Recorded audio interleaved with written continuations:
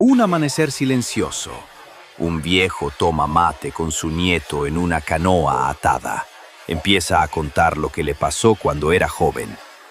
No todo lo que se escucha en el monte es el viento, hijo. El joven pescador vive solo en su rancho a orillas del río.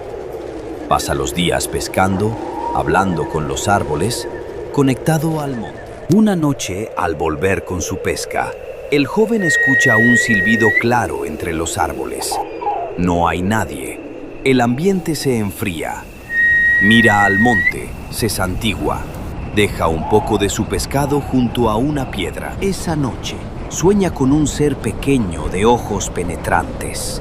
Al despertar, sus redes están desatadas y su canoa movida. Habla con una anciana vecina que le confirma. Eso no fue el viento, fue el bombero.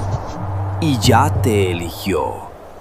Ella le da una lista de lo que debe dejarle. Caña, tabaco, miel y una palabra en guaraní que no debe olvidar. De noche, el pescador prepara una pequeña ofrenda. Tabaco, caña, miel, un poco de comida y una flor. Lo deja en un tronco cerca del bosque. Luego, un silbido más suave.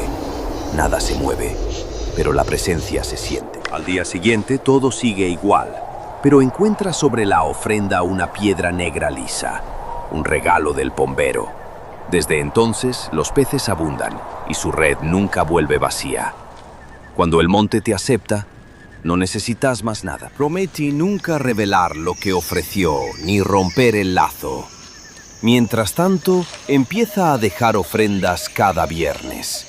Su vida mejora, pero el miedo nunca se va del todo. Una última noche, lo escucha cerca.